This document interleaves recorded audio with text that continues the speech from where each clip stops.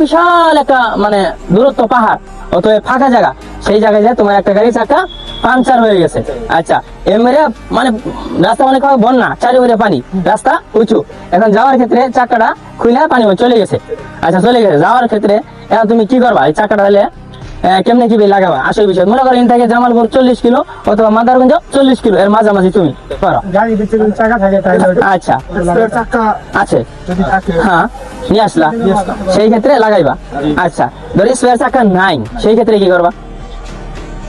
গাড়ি তো আগে নিয়ে যাইতে হবে। যাইতে হবে না, তোমার যাইতে হবে, কোনো মাপ নাই। দিন থাকলে বাঘ ভাল্লুক অথবা ছিনতাইকারী তোমার ধরে মারে ফেলাবো, অথবা গাড়ি ছিনতাই করে নিয়ে যাবো, যে কোনো রিস্ক তোমার যাইতে হবে। তাহলে সেই ক্ষেত্রে কি হয়ে যাবা?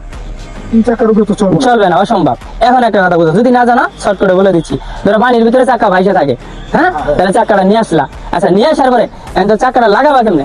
জগ আছে, হুইল আছে, সব আছে, চাকা তো লাগাইতে হবে। ওই যে নাট আছে না, নাট তো চটকে পানি চলে গেছে। এখন তুমি 40 কিলো গেলেও বিপদ, এদিক গেলেও বিপদ, এনে থাকলেও তোমার বাঘ ভাল্লুকে খাইয়ে ফেলাবো অথবা ছিনতাইকারী ধরে মারি ফেলাবো। তাহলে এখান থেকে তোমার যাইতে হবে। তো রাস্তা কি সাধারণ একটা জিনিস, এটা মাথায় রাখতে হবে। প্রতিটা চাকার সাথে 4টে করে লাট আছে। আচ্ছা একটা করে নাট খুলে নাও, আচ্ছা নিয়ে ওর সাথে লাগায় 3টে হয়ে গেল। এখন তুমি 40 কিলো না 80 কিলো যাইতে পারবা।